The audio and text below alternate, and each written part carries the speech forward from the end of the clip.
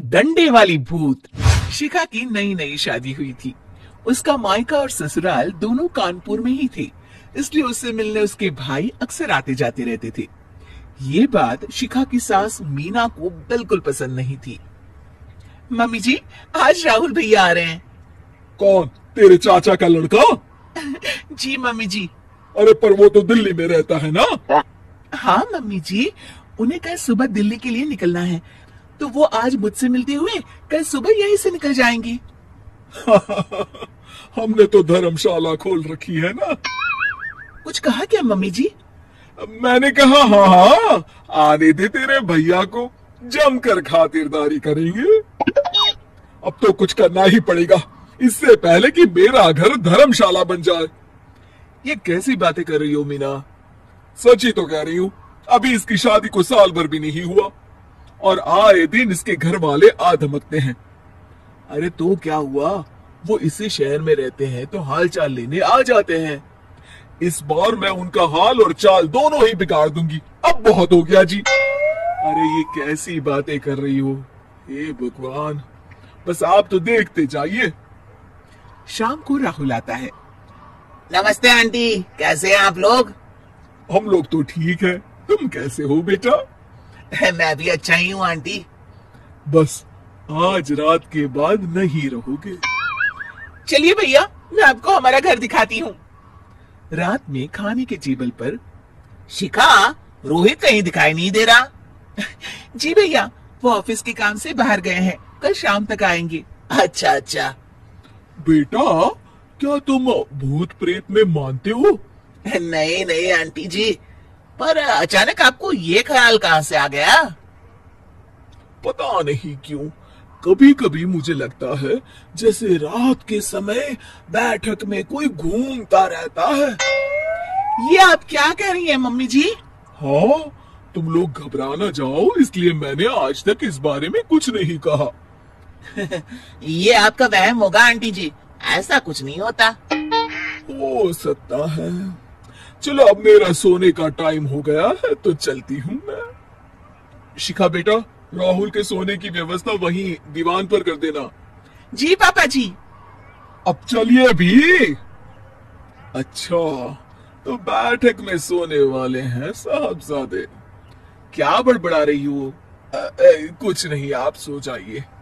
मीना और महेश के सोने के बाद शिखा और राहुल आपस में बात कर रहे होते हैं, तभी डोरबेल बजती है। अरे आप! सरप्राइज! काम जल्दी खत्म हो गया तो मैं आज ही चला आया। ये तो बहुत अच्छा किया। देखिए राहुल भैया भी आए हुए हैं, आप दोनों का मिलना भी हो जाएगा। कैसे हो रोहित? मैं तो ठीक हूँ भैया। शिखा, मैं भी आज यही सो जाता हूँ, राहुल भैया से बातचीत भी हो जाएगी। अच्छा अच्छा ठीक है। मीना आधी रात को उठती है, कंबल मुंह से पैर तक ओढ़ के डंडा लेके बैठक में आती है और देखती है दीवान पर चादर ओढ़े कोई लेटा हुआ है। देखो तो कैसे मजे से सो रहा है बहन के ससुराल में। मीना ताबड़तोड़ 4-5 डंडे मार देती है। अरे मर गया, अरे बचाओ बचाओ, कौन है? मीना जल्दी से अपने कमरे में भाग जाती है। हे भगवान, ये मैंने क्या किया? ये रोहित कहाँ से आ गया? लगता है ये नालायक राहुल मेहमानों वाले कमरे में सो गया होगा। आज तो इसकी खैर नहीं।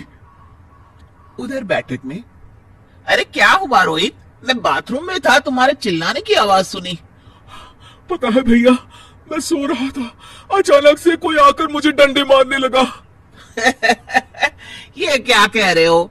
लगता है तुम भी आंटी की तरह भूत प्रेत में मानते हो। नहीं नहीं भैया, सच में कोई आया था। मैं तो जा रहा हूँ मेहमानों वाले कमरे में सोने के लिए। इस समय अपने रूम में जाऊंगा तो शिखा की नींद खराब हो जाएगी। ठीक है भाई, जाओ तुम, जहाँ तुम्हारा भूत डंडा लेके ना आ सके। थोड़ी देर बाद मीना कंबल ओढ़ के डंडा लेकर मेहमानों वाले कमरे में पहुंच जाती है। वो बिस्तर पर से रोहित को फिर डंडों से मारने लगती है। अरे मर गया, अरे मर गया। तू भूत प्रेत में नहीं मानता ना? ये ले, अब डंडे खा। है? ये तो माँ की आवाज है। रोहित कंबल खींच देता है। बेटा तू? अरे ये क्या कर रही हो माँ? मार मार के मेरा भरता बना दिया आपने। माफ कर दे मेरे लाल, मैंने तो तुझे ही मार मार कर लाल कर दिया। मैं तो उस राहुल के बच्चे को सबक सिखाना चाहती थी। राहुल भैया को? हाँ बेटा, मुझे लगा अगर उसे डंडे मारूंगी तो शिखा के मायके वाले यहाँ आना छोड़ देंगे। हे भगवान, माँ, ये घर शिखा का भी है, उसके घर वाले जब चाहे आ सकते हैं। हाँ बेटा, आज मुझे भगवान का इशारा समझ में आ गया। मैं कितना गलत करने चली थी और अपने ही बेटे को चोट पहुंचा दी। अब चुपचाप जाके सो जाओ माँ, और किसी को कुछ बताने की जरूरत भी नहीं है। शिक्षा दूसरों का बुरा चाहने वालों के साथ भी बुरा ही होता है।